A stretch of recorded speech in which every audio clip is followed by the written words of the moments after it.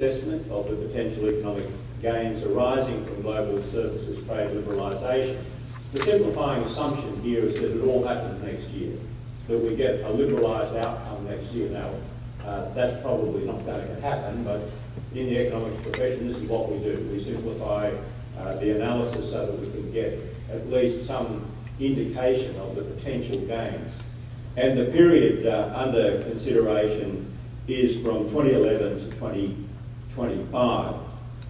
The estimates from this modelling are that in present value terms, the cumulative gains over that period to gross domestic product are worth, for developed countries, about 1.7 trillion Australian dollars, and based on the exchange rate, that's getting quite close to 1.7 trillion US dollars. I think we're up to 95 cents at the moment.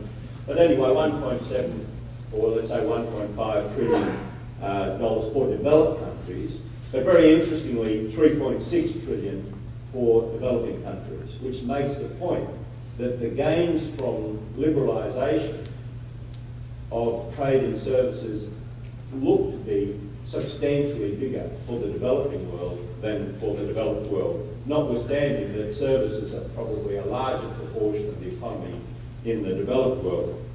If we annualise those gains, they're around 116 billion Australian dollars over that period per annum for the developed world, and again 238 billion for developing countries, so a substantially large number. And let's translate that now finally into contributions or increases in gross domestic product for the developed world, about 0.2% of GDP annually. Well worth having, well worth having. For the developing world, 0.9% of GDP, and that is a very substantial number.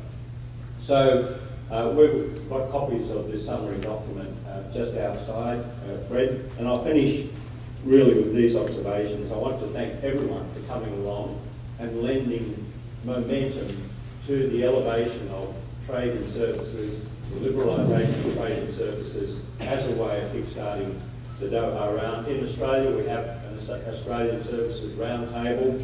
I understand Andrew McCready and Jane Drake-Brockman are here. I had a lot to do with them as the Minister for the Service Economy.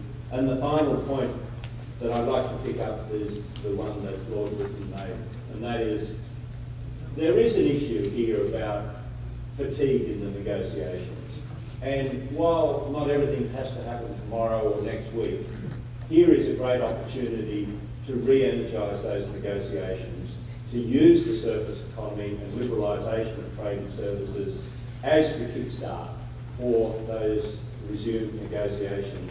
As I said, I'm an irrepressible optimist, but I can think of no better way than using trade in services and the liberalisation of trade in services as a way of getting over that fatigue and re-energising the Doha round of multilateral trade negotiations. Thank you.